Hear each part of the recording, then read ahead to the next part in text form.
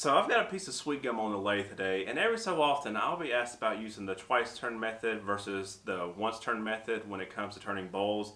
And for 99% of the time when I turn bowls, I use the once turn method.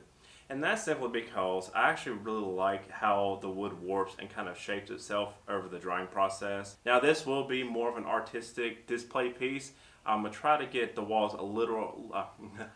I'm gonna try to get the walls on the thinner side. Now, not so thin to where you can shine a light through it like you see some people do, which takes a lot of talent. But it's just more or less to help alleviate some of the potential cracking, and it also helps accentuate some of the warping, so it gets a little bit of extra movement. But anyways, let me. I'm gonna go take a quick water break because it's a hot one in the shop today, and then we'll get to turning.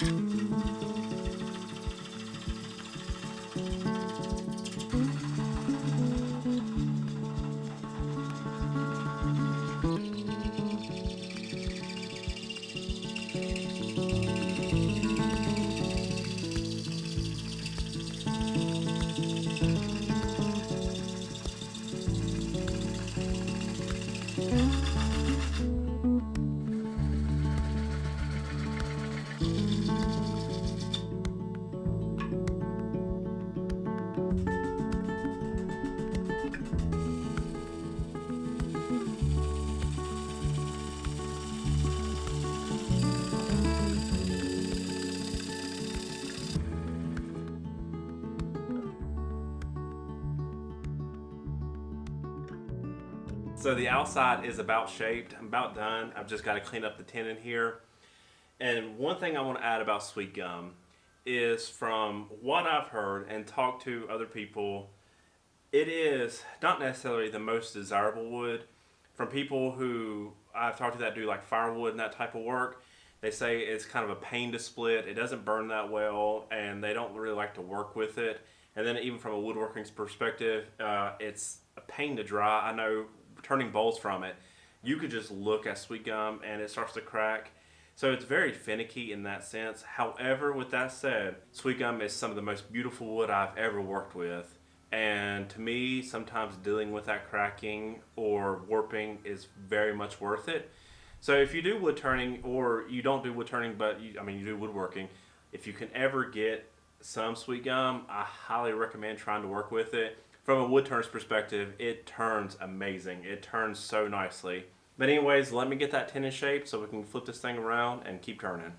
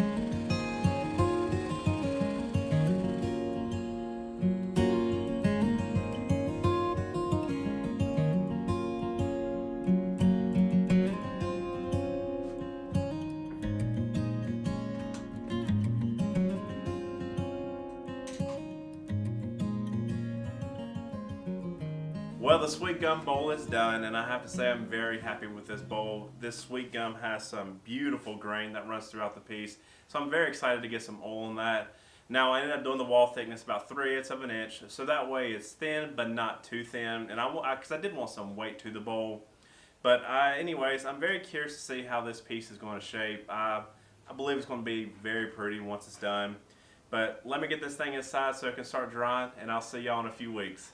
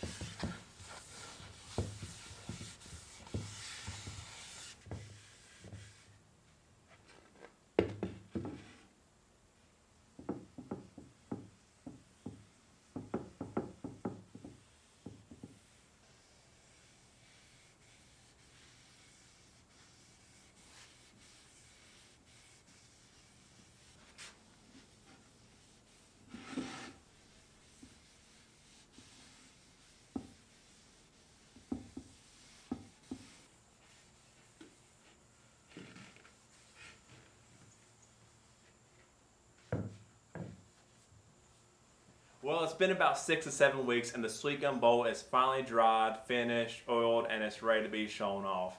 Now, I will be the first to say I didn't quite accomplish what I wanted to with this video. I was really hoping to document like the week-to-week process of how the bowl warps, but life was life. Some things got away, and it just kind of got away from me. But that's all right. It kind of opens up the opportunity for me to do this again in the future, which will definitely happen. And also down in the comments, let me know what y'all think of bowls that have warping like this sweet gum one here. I would really be curious to know what y'all think about that, because me personally, I love using the once turn method, and I go out of my way to let a bowl warp because I think it adds a very unique detail or character to a bowl. However, I do like using the twice turn method when I want a very clean symmetrical bowl. I just don't do it that often.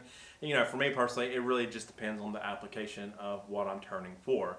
But that's going to be it for this video. If you enjoy woodworking and turning videos, be sure to subscribe. But with all that said, here are the final shots of the Sweet Gum Bowl.